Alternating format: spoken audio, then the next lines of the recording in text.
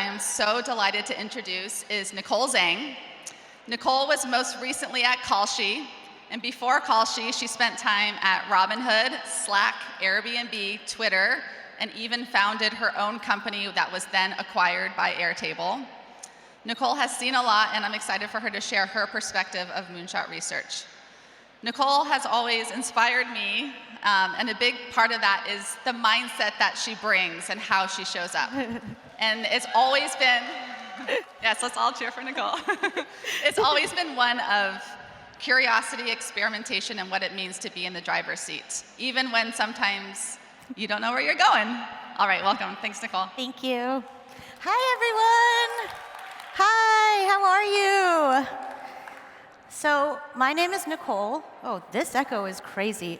Okay, my name is Nicole, and today I'm going to share field notes from a career as a moonshot researcher. So what do I mean by moonshot?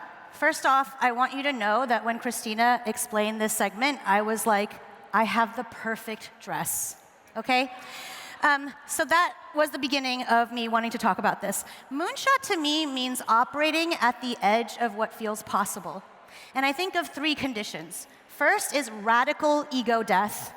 Second is high trust teams, where usually you're the only one representing your function. And the third is absolutely brutal conditions. And what that translates for me in my career are roughly hypergrowth, hockey stick, times when you're working so hard and you finish your piles of work, you go to bed, you wake up, there's bigger mountains of work for you. Hyper decline, code red, all hands on deck.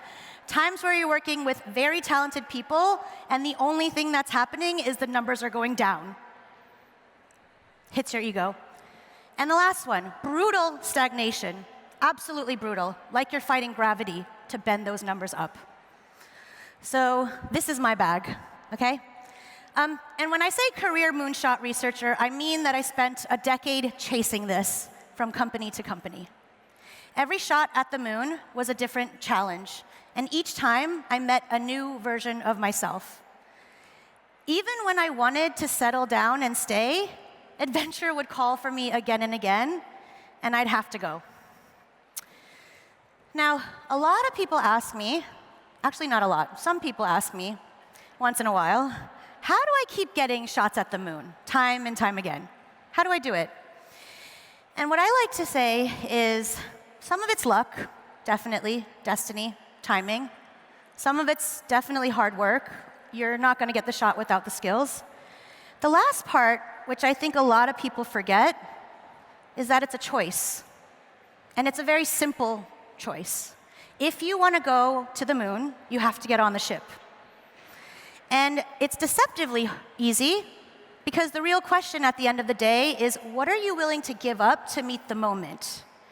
Now, sometimes I find researchers do get shots at the moon, and then they ask a million questions. They want to know the title, the scope. They ask the other people going to the moon what their job should be.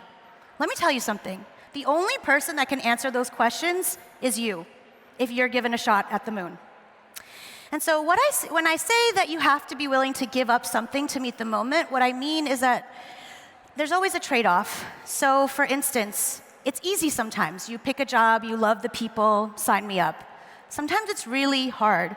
For instance, in order to work with Christina at Slack, my angel, I had to give up a job at Airbnb with some of my favorite, coolest researchers I've ever met.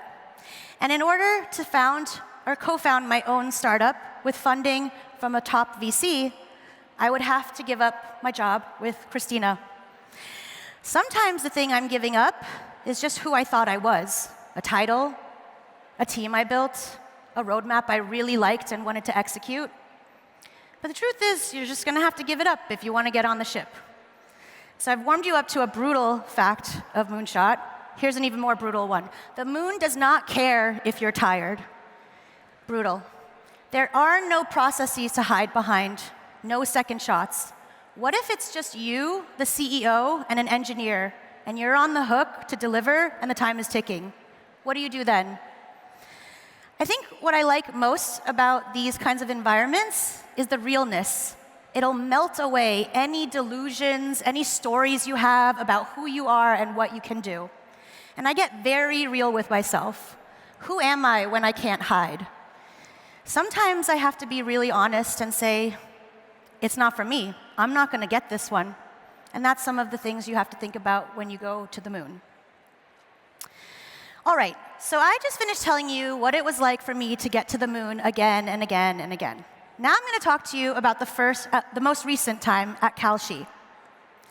So let me intro you to Kalshi, the only US federally regulated prediction market. It's the hottest thing that isn't AI right now. And I remembered when I met the people there, I could feel it right away. The electricity, the passion, the intensity, the ambition to do it all. I have never in my career met such a talented group of people who were all operating at the highest volumes of work, at the fastest speeds, and with the highest quality bar. I'm not talking about the ads from a couple years ago, but more recently. And I was like, all right, bet. I have found my people. Let's go. Immediately, I face health issues. And what I think is going to be another lap around the field turns into something else entirely. Oh, fuck. It wasn't just a flu, not at all. I kept getting sicker and sicker, and I'd never felt that way before. And I could feel it. All I wanted to do was fire at all cylinders, and every time I tried to do that, the wheels would fall off the ship. It was a humbling experience. I found that I was crashing out at times when I used to just be filled with joy and excitement and curiosity. And it was brutal. I was tired, I had headaches. I sent out a bat signal to all my friends. Help! Have you ever encountered this? What do I do? And one friend in particular had some really interesting advice. At the time, I was a skeptic, so the minute he said AI, I was like, unsubscribe, yuck, no. But there was something that happened. The minute he said, no, it's not for editing your messages, what if you thought about AI working for you while you rested and recovered? I felt it in my body. I started to relax. And as I relaxed, I thought, okay, there's something here.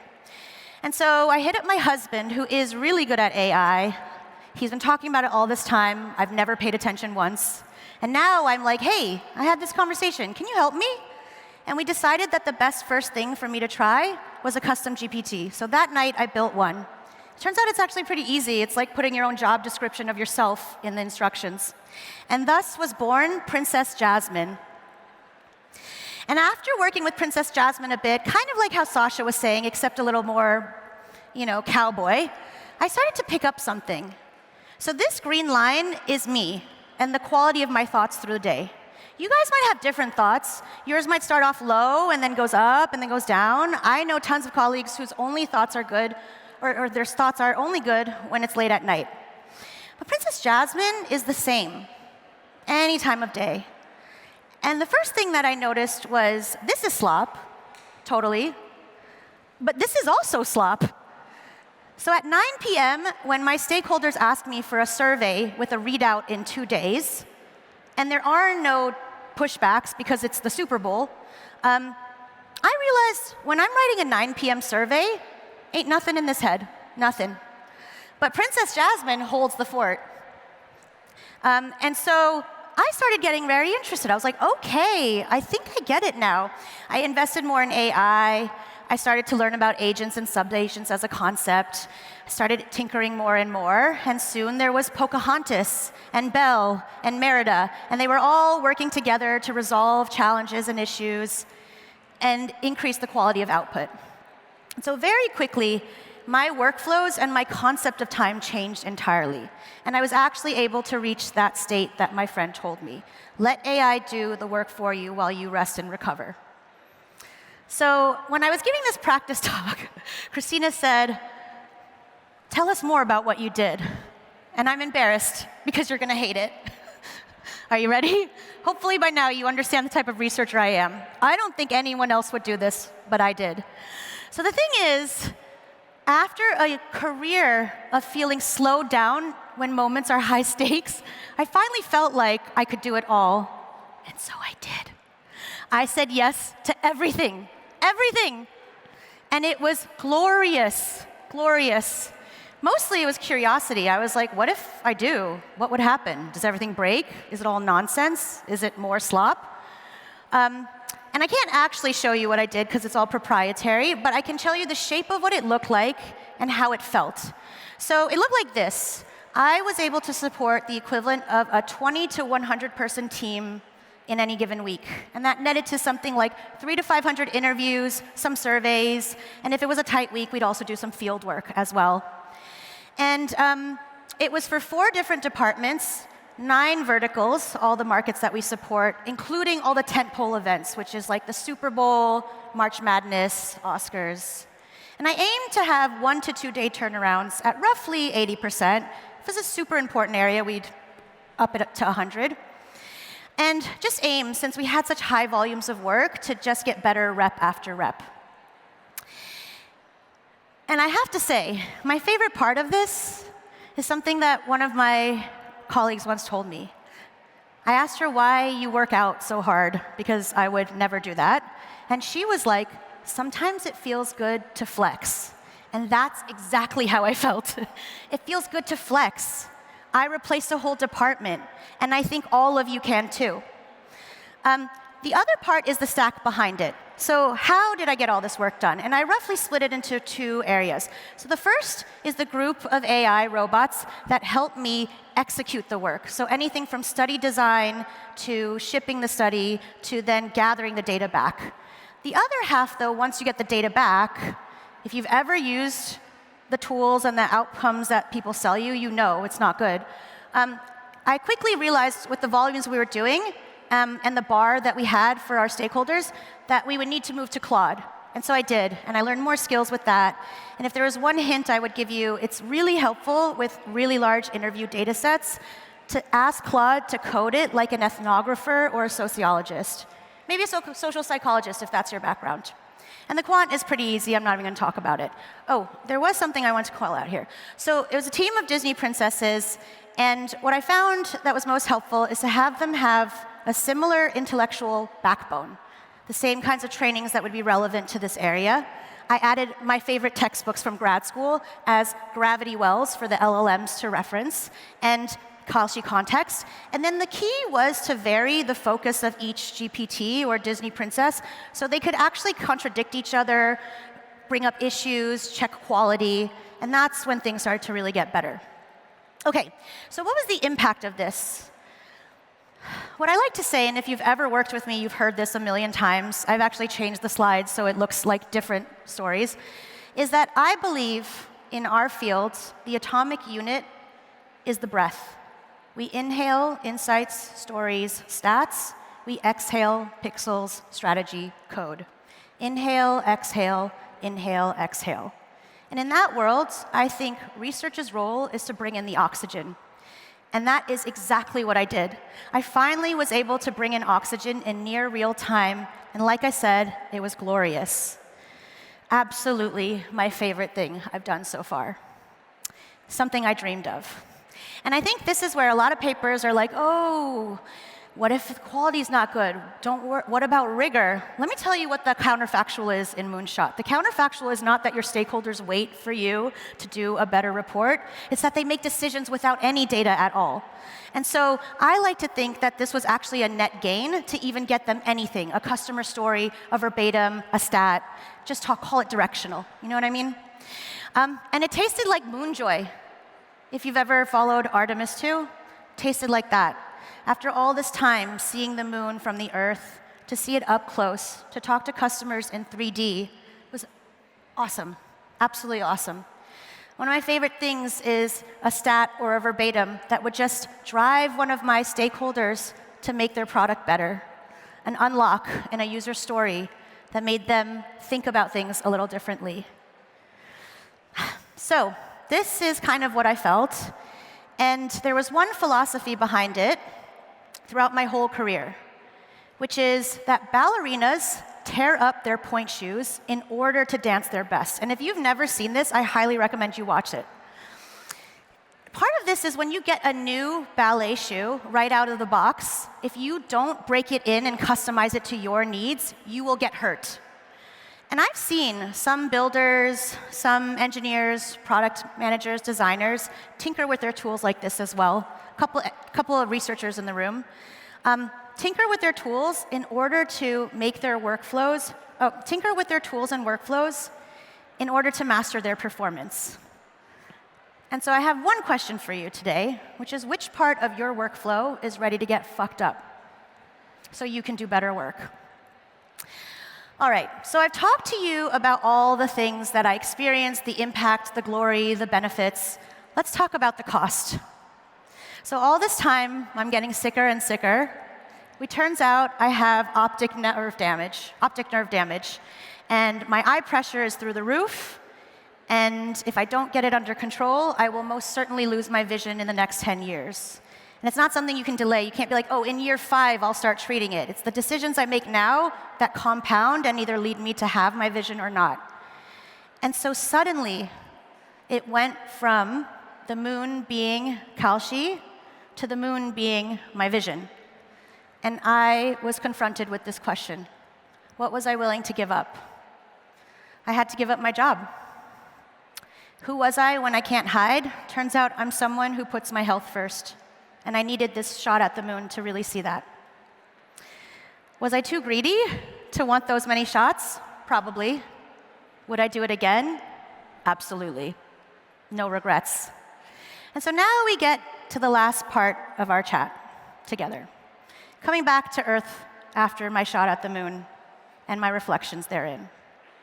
So the most common question I get asked, considering the far reaches of AI I was working with, is what is the future of user research in an AI world?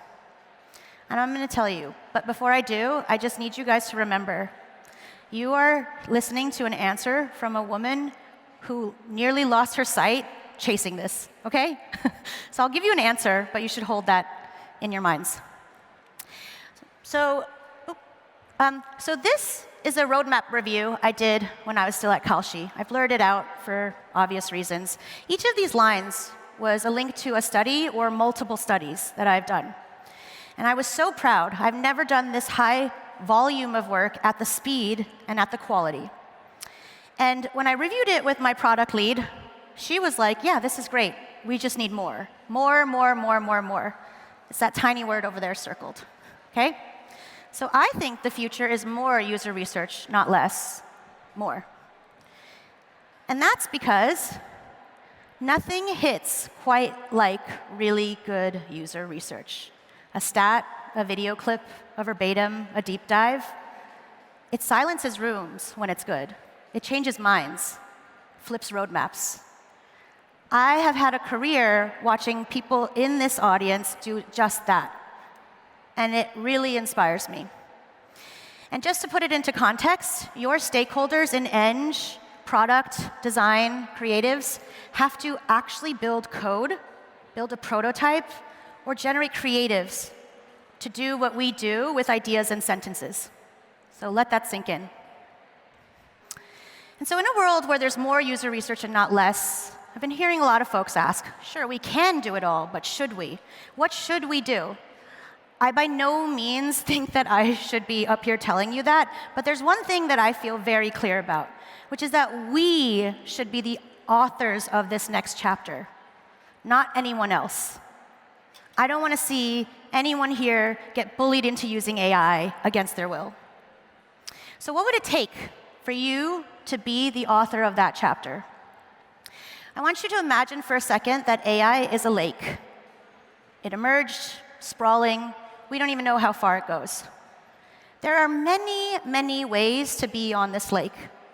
For instance, I started as that little stick figure all the way in the, was that left corner? Skeptical, listening to other skeptics tell me why I should be skeptical. And then I fell into the lake, and I was right there in the eddy with all the sharks, just struggling. And then one day, I found myself figuring it out on the paddleboard, gliding, strong, stable, happy. So I wish to ask you all to think about who you are on this lake and who you want to be, because that's the beginning of self-authorship. I'm going to tell you what my answer is these days. I'm the one on the floaty. Vibes-based research only, and on my terms. And what that looks like is that I'm cooking for joy. I'm looking for data sets I can use that are available on the internet, or hookups with anyone here who wants to give me access to their tool. And after a career of doing research that only gets hidden behind company walls as proprietary, at this time, in this era, I really feel like all I want to do is research out loud in the public, show you my ass, all the times I flop, all the times I get it right, just talk about the messy middle of what it's like to do research in an AI world. And so I share those in that Substack down there, Research Tea. I hid it because I'm really embarrassed, but I also want you guys to chat with me, and so I'm like kind of juggling that structure there. There's only that tension there. There's only a couple posts right now, and they're all extremely chaotic, but I want that to be the vibe because it is chaotic. And so I want to thank you so much for all this time you shared with me. If you ever feel like cooking, the QR code with the custom GPTs is a starter's pack of Disney princesses that you can customize for your own use, as well as some instructions from Claude for how to do the ethnographic stuff. You might actually hate it. I want to know. So please hit me up and let me know. And if you ever want to collaborate, check out the other QR. I'm dying to work with all of you. Thank you so much. And that's my time. Thank you, Nicole. Okay, we have time for a couple questions. So if you have a question, raise your hand, and there will be a mic that comes around to you. Okay, we have one over here in the second row. Thank you. Thank you. So I have a question regarding, what you were talking about.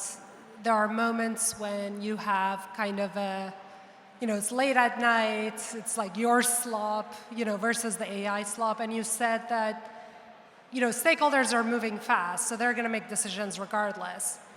But if you're doing a study with AI and the quality is not there, and actually your stakeholders make bad decisions based on data that you gave them, how is that not shooting your credibility in the foot? Yeah. So how do you deal with Totally. How do you do quality control? Oh. Absolutely. Yeah. There's a couple different ways. You can be very rigorous and up the quality.